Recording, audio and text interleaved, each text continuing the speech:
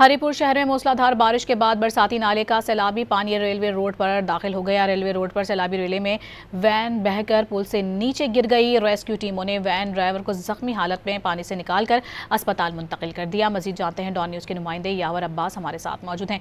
यावर, क्या तफसीलात हैं इस खबर से मुतालिक? ये ऐसा है कि हरिपुर में वक़्ते से मूसलाधार बारिश का सिलसिला जारी था कि रेलवे रोड पर बरसाती नाले में जो है वो सैलाबी रेला दाखिल हो गया, जो रेलवे रोड को अबूर कर रहा था कि इस दौरान एक वैन है वो सैलाबी रेले में दाखिल होगी और उसको बहाकर वो पुल के नीचे जो है वो गिर गई थी। रेस्क्यू 1112 ने फौरी तौर पर वैन का ड्राइवर है उसको जख्मी हालत में निकाल कर अस्पताल मुंतकिल कर दिया गया है। मैं आपको यहाँ पर ये बताता चलूँ कि हरिपुर में बरसाती नालों और आबी गुजरगाहों पर इंतजामिया की जानिब से को खास कार्रवाई नहीं की, जिससे जो सैलाबी रेले हैं वो सड़कों पर उमड़ आते हैं, जिससे शहरियों का नुकसान होता है। जी, बहुत शुक्रिया आपका तफसीलात से आगाह करने के लिए यावर।